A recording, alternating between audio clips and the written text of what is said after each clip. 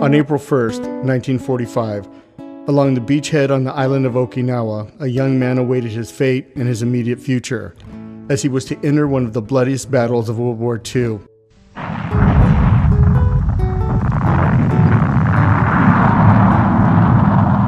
A battle that would take thousands of American lives. It was in this battle the young 19-year-old Latino would experience, amongst other things, hearing the horrific sounds of his fellow soldiers drowning just a few feet away from where he was huddled down in the landing craft that shut their doors during a sudden, unforeseen attack by kamikazes, which forced those young boys to their watery graves.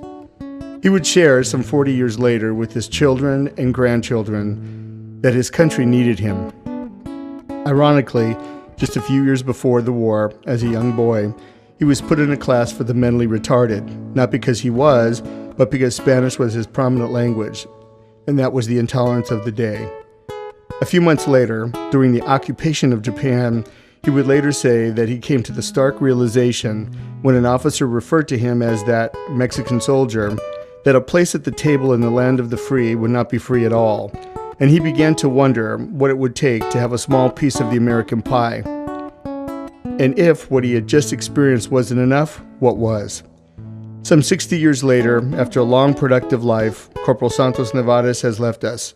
But for the many children, grandchildren, great-grandchildren, family members, and friends, his spirit lives on. I love him, miss him, and will be eternally grateful for the courage he displayed and the sacrifice he made to make America what it is today. He will always be my Latino warrior, his son.